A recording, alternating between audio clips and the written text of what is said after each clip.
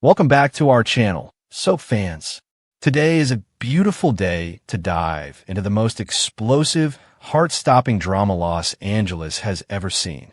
Grab your seats and brace yourselves, because the glamorous fashion world is about to be painted in blood, and nothing will ever be the same again. A shattered glass. A pool of crimson soaking into the pristine, expensive rugs of the Spencer Beach house.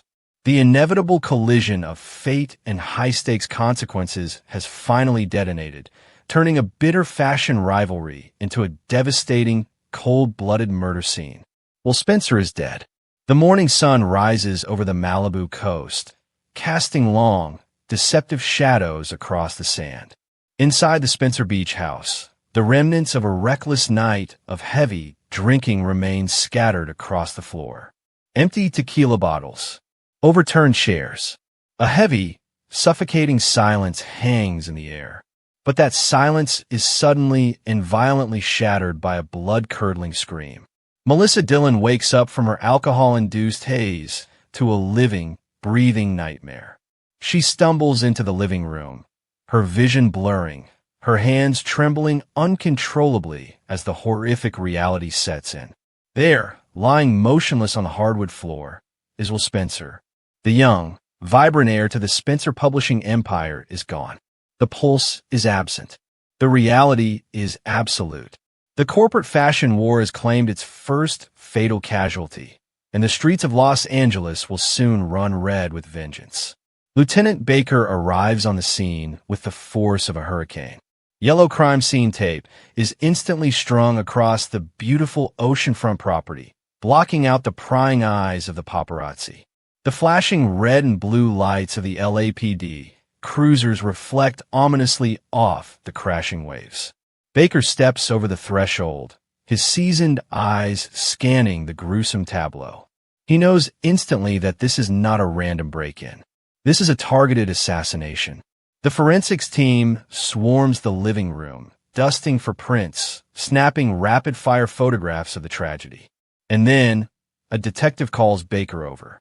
Lying just inches from Will's lifeless hand is a single, gleaming piece of evidence. A gold cufflink. Baker kneels down, his flashlight illuminating the intricate engraving on the precious metal. It is a bold, unmistakable letter F. Forrester. The name echoes through the silent beach house like a gunshot. The golden F is the signature of the Forrester family patriarchs. It is a symbol of wealth, power, and legacy. Now, it is the ultimate symbol of guilt. The bitter, escalating feud between the Spencers and the Forresters has just crossed a line from which there is absolutely no return. Across town at Spencer Publications, the phone rings in the executive office. Bill Spencer picks up the receiver. The billionaire titan, a man who has crushed empires and bought silence with a wave of his hand, is completely unprepared for the words on the other end of the line. The color drains from his face. The phone slips from his trembling fingers, clattering loudly against the mahogany desk. A roar of pure, unadulterated agony rips from Bill's throat. It is the sound of a wounded lion, a father whose entire world has just been violently ripped away. The grief is instantaneous, but it is immediately swallowed by a dark, consuming, terrifying rage. Bill Spencer does not mourn quietly. He weaponizes his pain. He turns his devastation into a declaration of absolute, unforgiving war. Bill storms out of his office, his eyes burning with a lethal fire. He bypasses his security detail, shoving his way into the private elevator. He knows exactly who is responsible. He knows exactly where that gold cufflink came from. The Forrester family. The people who fired his son. The people who humiliated his family. The people who have been engaged in a brutal, escalating war of attrition with the Spencers for months. Bill drives like a madman to Forrester Creations. He kicks open the heavy glass doors of the CEO office, startling Ridge Forrester.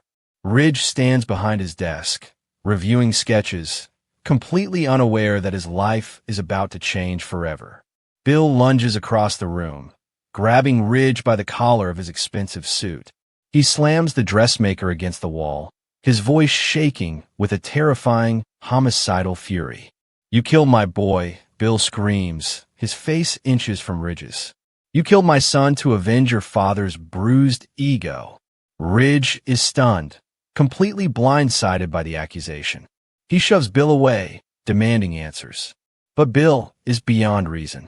He publicly accuses Ridge of orchestrating the murder, screaming that the Forresters finally took their revenge for punching Eric at the bikini bar. The entire Forrester office is thrown into absolute chaos. Employees whisper in the hallways. Security rushes in to separate the two warring patriarchs. Ridge demands to know what Bill is talking about, but the arrival of the LAPD confirms the horrific truth. Well, Spencer has been murdered, and the Forresters are the prime suspects in a homicide investigation. Back at the police precinct, the interrogation of Melissa Dillon is underway. The cold, sterile room offers no comfort. Dillon sits at the metal table, wrapped in a blanket, shivering uncontrollably. Lieutenant Baker paces the floor, hammering her with rapid-fire questions. He needs the timeline. He needs the truth. He needs to know exactly what happened before Will took his final breath. Dillon stammers through her tears. She recounts the heavy drinking, the emotional spiral, the reckless surrender to passion. She claims she blacked out, overwhelmed by the alcohol and the intense emotional fallout of Will's breakup with Electra. But then, she drops the bombshell that will change the course of the investigation forever, sending a shockwave through the LAPD. Dillon looks Baker dead in the eye, her voice trembling but chillingly certain. She claims that just before the tragedy occurred, she saw a shadow outside the beach house window, a figure lurking in the darkness, watching them. She describes the silhouette, the broad shoulders, the familiar stance. "It looked like RJ," she whispers. "It looked exactly like RJ Forrester." The accusation hits the precinct like a seismic shockwave. RJ Forrester, the golden boy, the anointed heir. Lieutenant Baker instantly connects the dots. The motive is glaringly obvious. The intense, violent rivalry between RJ and Will over Electra Forrester has been escalating for weeks. The brutal brawls at the bikini bar, the shoving matches, the toxic masculinity fueling a dangerous, uncontrollable fire. Baker zeroes in on the most damning piece of circumstantial evidence: the physical altercations. Well, Spencer had brutally punched RJ, leaving the Forrester heir with deeply bruised ribs and a fractured ego. RJ had publicly vowed that Will would pay for his actions. RJ had the motive. RJ had the anger. And most importantly, RJ has absolutely no alibi for the night of the murder. The investigation pivots with terrifying speed. Lieutenant Baker secures a search warrant and descends upon the Forrester estate. The flashing police lights illuminate the grand driveway. Ridge, Brooke, and Electra demand to know what is happening. Baker flashes the warrant, his face an impenetrable mask of authority. He is not here to ask questions. He is here to find a killer. Baker bypasses the grand foyer and heads straight for the garage. He targets RJ's vehicle. The tension in the air is suffocating, thick with impending doom. Electra stands in the driveway, her hands covering her mouth, praying that this is all a massive misunderstanding. She tries to passionately defend RJ, insisting that he would never cross the line into murder. She begs Baker to stop the search, but the LAPD forensics team pops the trunk of RJ's car. The silence that follows is deafening. A detective reaches into the darkness and pulls out a piece of clothing. A jacket stained with dark, unmistakable patches of dried blood. The collective gasp from the Forrester family echoes through the night. The physical evidence has been found. The trap has been sprung. Brooke Logan Forrester watches in absolute, paralyzing horror.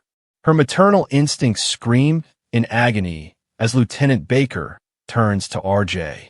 The Miranda rights are read. The cold steel handcuffs are pulled from Baker's belt. The metallic click of the cuffs locking around RJ's wrists sound like a death knell.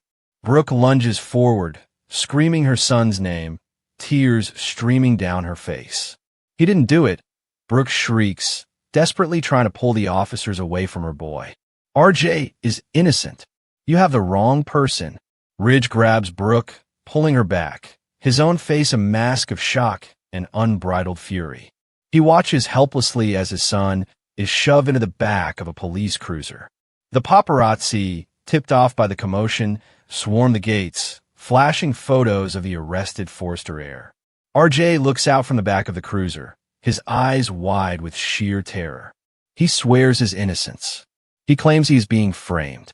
But the evidence is overwhelming.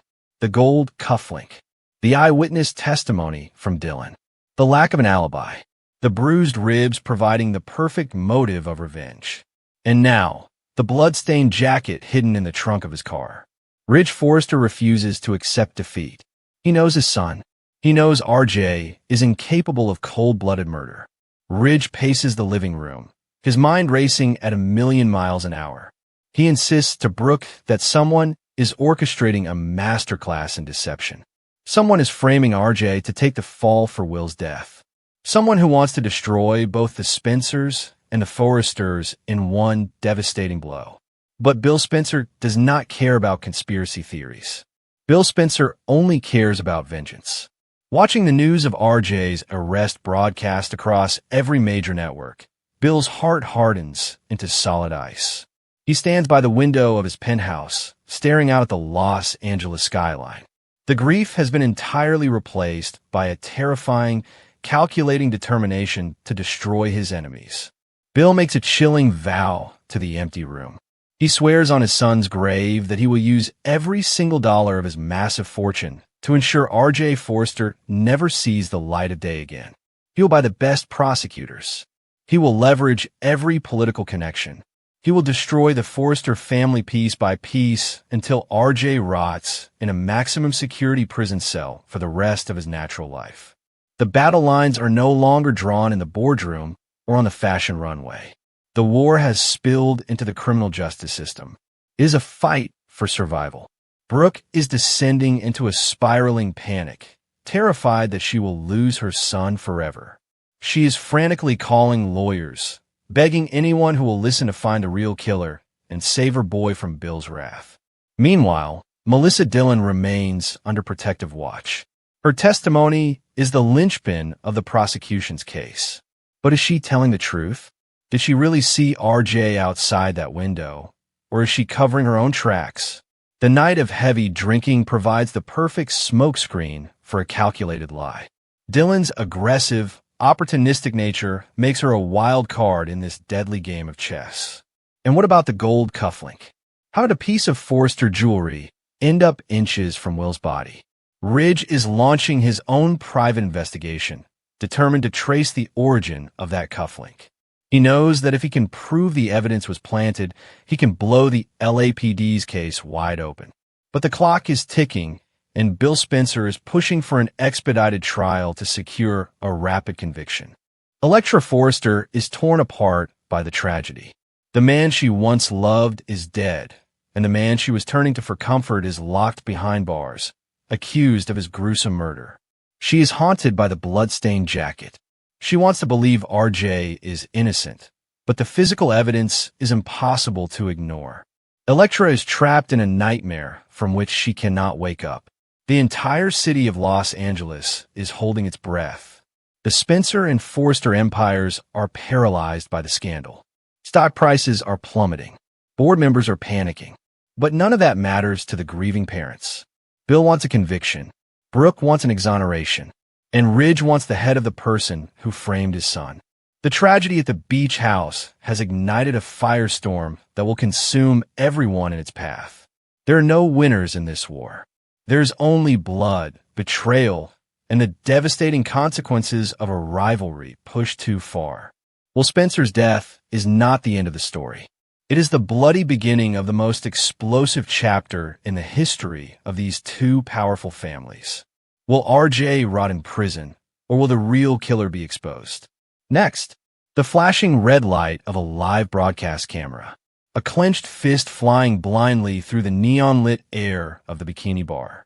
A heavy velvet box hurtling across a high-end showroom.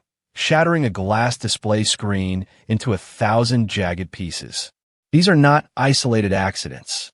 These are the inevitable, violent collisions of fate in a corporate war that has completely spiraled out of control. The battle lines are drawn in blood and couture, and the collateral damage is piling up faster than anyone can count. Los Angeles is burning, and the arsonists are refusing to drop their matches. Brooke Logan Forrester thought she could escape the pressure cooker. She packed her bags, walked away from the relentless corporate warfare, and checked into a wellness retreat to find some semblance of peace. But peace is a foreign concept in this town. Brooke has just returned to Los Angeles, stepping right back into a war zone that has escalated beyond her wildest nightmares. The serene meditation sessions and deep breathing exercises are instantly erased the moment her designer heels hit the Forrester Creations floor. She left a simmering family feud, but she has returned to an absolute inferno of betrayal, physical violence, and corporate sabotage. Katie Logan Spencer is currently standing at the absolute pinnacle of the fashion world, yet she hasn't been allowed to enjoy a single second of her hard-earned success. She is the mastermind behind Logan, the emerging fashion house that has completely upended the industry hierarchy. Not once, but twice, Katie has ruthlessly stolen Forrester Creations' legacy thunder. She orchestrated the ultimate coup, launching a spectacular debut that left the critics raving and the buyers begging for more. She built an empire from the ground up, proving that she is a terrifying force to be reckoned with. But instead of acknowledging her brilliance, the opposition is launching a smear campaign. The exclusionary Forrester contingent is in a state of absolute, unyielding denial. Rather than looking in the mirror and admitting that they have been brilliantly outplayed by a superior strategist, Ridge and Steffi Forrester are pointing fingers and crying foul. They are pacing their executive offices, desperately trying to spin a narrative of victimhood. They refuse to accept that Logan has accomplished the impossible. The Forresters are so blinded by their own arrogance and legacy entitlement that they cannot see the reality unfolding right in front of them. Katie is winning, and they are bleeding market share by the second. Eric Forrester sits at the very top of the casualty list. Let us be absolutely clear. The Forrester patriarch did not deserve to be punched in the face by Will Spencer. The scene at the bikini bar was a masterclass in escalating tension. Will and R.J. Forrester were locked in a vicious, chest-thumping shoving match, their hatred boiling over into physical violence. Eric, refusing to stay in his lane, wedged himself directly into the crossfire. Will swung a furious fist meant for R.J., but the blow connected with sickening force against Eric's jaw, sending the legendary designer crashing to the floor. It was a brutal, shocking moment of violence that crossed every conceivable line. But if Eric didn't deserve that punch, Katie Logan Spencer absolutely did not deserve the horrific public character assassination she endured. During what was supposed to be a triumphant online couture rollout for Forrester Creations, Eric was baited by a reporter on a live stream. Instead of maintaining his dignity, Eric launched into an unhinged, viral meltdown. He publicly smeared Katie's reputation, branding the House of Logan as thieves and accusing Katie of stealing his thunder. The words echoed across the internet, a devastating and humiliating blow delivered to a massive global audience. Katie was forced to watch her former mentor tear her name to shreds on live television. The sheer hypocrisy of Eric's livestream rant is staggering. As devoted fans vividly recall, and as Katie has repeatedly pointed out, Eric was the one who pursued her. Eric came knocking on Logan's door after he was unceremoniously, ruthlessly ushered into retirement by his own son, Ridge Forrester. Ridge stripped his father of his power, forcing him out of the company he built. And who backed that devastating decision? Brooke Logan Forrester. Brooke stood by Ridge, arguing that Eric's health was being actively endangered by his continued work in the family business. They pushed him out into the cold, leaving him stripped of his purpose and his pride. It was Katie who threw Eric a lifeline. When his own family discarded him in the name of health concerns, Katie opened the doors of Logan to the legendary designer. She gave him a platform, a purpose, and a promise of a spectacular comeback. Eric eagerly accepted, drawing up commission designs and taking a paycheck from the Spencer-backed fashion house. But the absolute second Ridge snapped his fingers and offered Eric his old desk back. Eric abandoned Katie without a single phone call. He left her hanging out to dry, taking his loyalty back to the very people who had just fired him, and then had the audacity to call Katie a thief for using the design she rightfully secured. The Forresters have been aggressively deflecting ever since that disastrous live stream. Instead of taking accountability for Eric's unhinged behavior or Ridge's initial betrayal of his father, they're loudly sassing Katie at every turn. They're circling the wagons, pointing their manicured fingers directly at Bill Spencer. They are assigning all the blame to the Spencer patriarch, framing him as the evil mastermind pulling the strings of the Logan fashion house. They desperately need a villain to distract the press from their own internal chaos, and Dollar Bill Spencer is the most convenient target in Los Angeles. Of course, Bill Spencer is absolutely loving every single second of this. Dollar Bill is an easy target, but he thrives on the incoming fire. Sitting behind his massive desk at Spencer Publications, Bill is gleefully watching the Forrester empire scramble. He recognizes the monumental, game-changing publicity value of Eric's viral meltdown.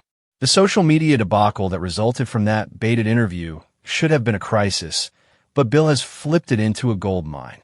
He is weaponizing Eric's temper tantrum, turning the viral memes and the global outrage into a massive marketing campaign for Katie's brand.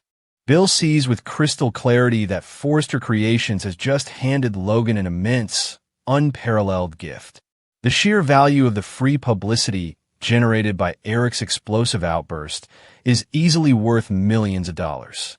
You cannot buy this kind of global engagement. The heightened name recognition that Logan received overnight is immeasurable. Every time a fashion blog posts the clip of Eric screaming about thievery, thousands of new customers flock to see what Logan is producing. Bill is laughing all the way to the bank, fully aware that Eric's inability to control his temper has practically guaranteed Logan's financial dominance for the rest of the fiscal year. This entire public relations catastrophe for Forrester could have been entirely avoided if they had kept Katie on their payroll. A crisis of this magnitude requires a master spin doctor, and someone with Katie's elite public relations skills could have easily managed the narrative. But Forrester Creations made a fatal tactical error. They decided that Katie should be permanently sidelined. What began as a compassionate work break quickly morphed into an aggressive corporate exile. Ridge and Steffi stripped her of her duties and outsourced her job to a faceless PR firm, leaving Katie completely isolated from the company she had dedicated years of her life to building. That compassionate break was initially granted under the most horrific of circumstances.